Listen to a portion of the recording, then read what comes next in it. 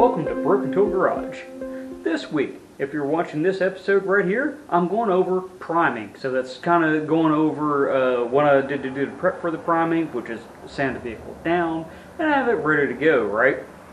So before we dive in to you watching me prime the Ramcharger, I want to ask you a favor.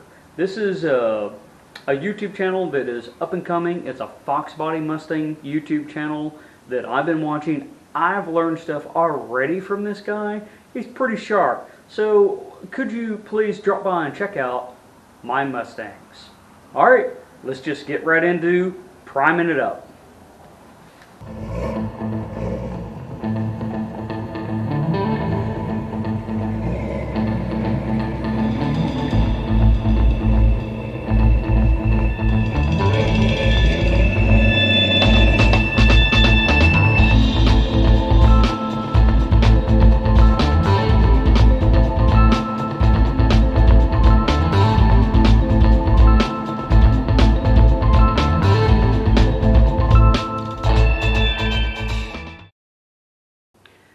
So I did the metal prep, 415 metal prep,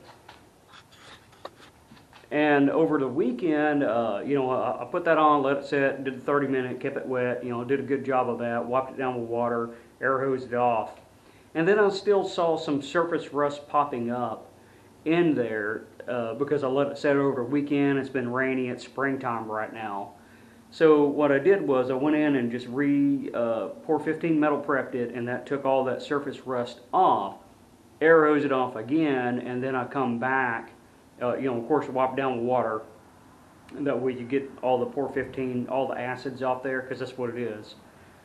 Took all that off right there, cleaned it the way they said do it, and then I come back and air hosed all the water out really good. Then I wiped it down with paint thinner real good, air hosed that off, got it good and dry.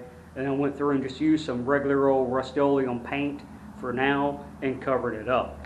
And that's what we got right up here is just not even primer, I just used a paint.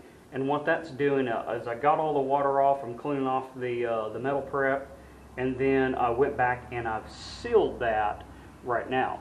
So you see that section I got done.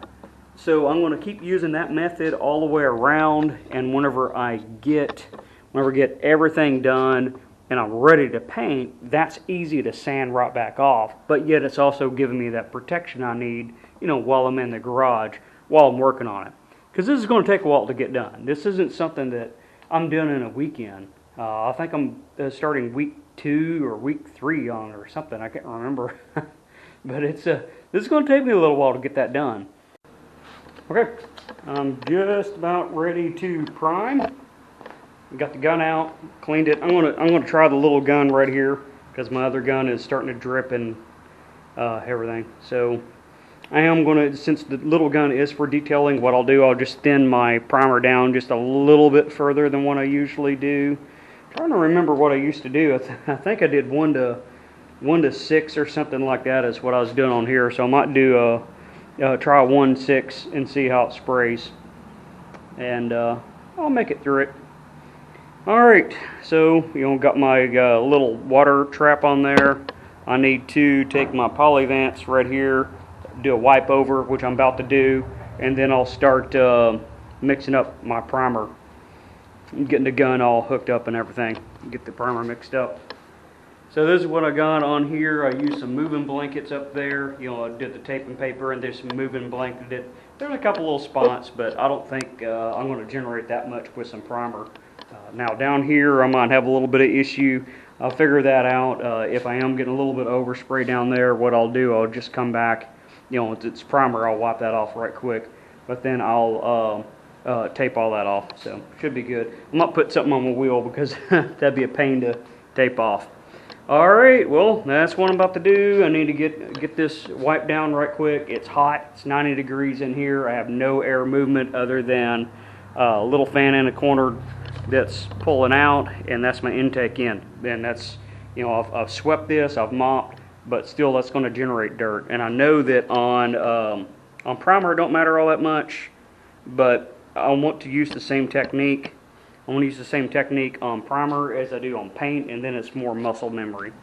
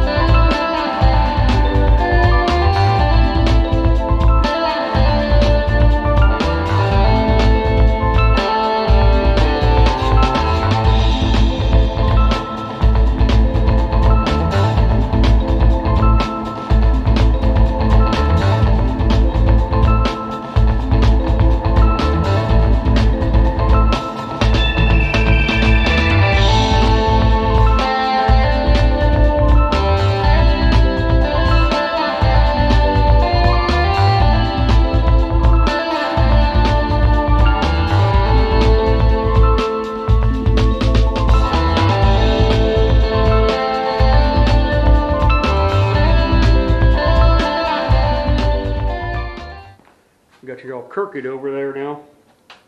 Just the Autobahn slick sealer, and it's kind of like a paint glue. That's what it is. 10 to 15 flash between coats, 1 to 2 coats, 30 minutes dry to top coat.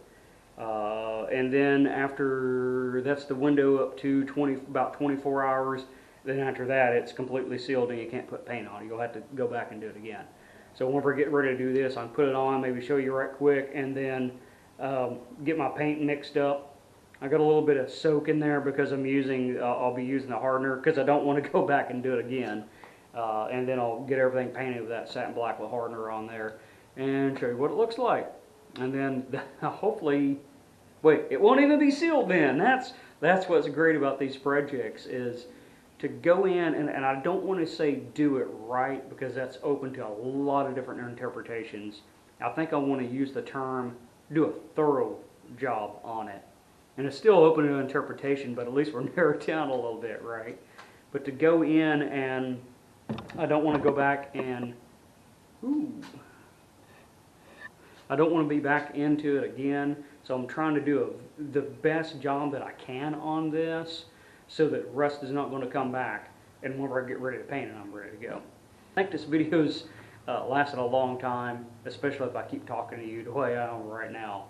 But that's to get a point that this, if you're doing something like this, it takes time to do it. You're not going to get it done in one day.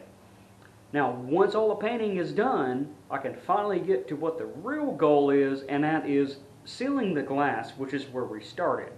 So that's not really, this is kind of, when you dig into something, you start going down the rabbit hole on some stuff, but I knew I'd probably have to do this whenever I dove into it.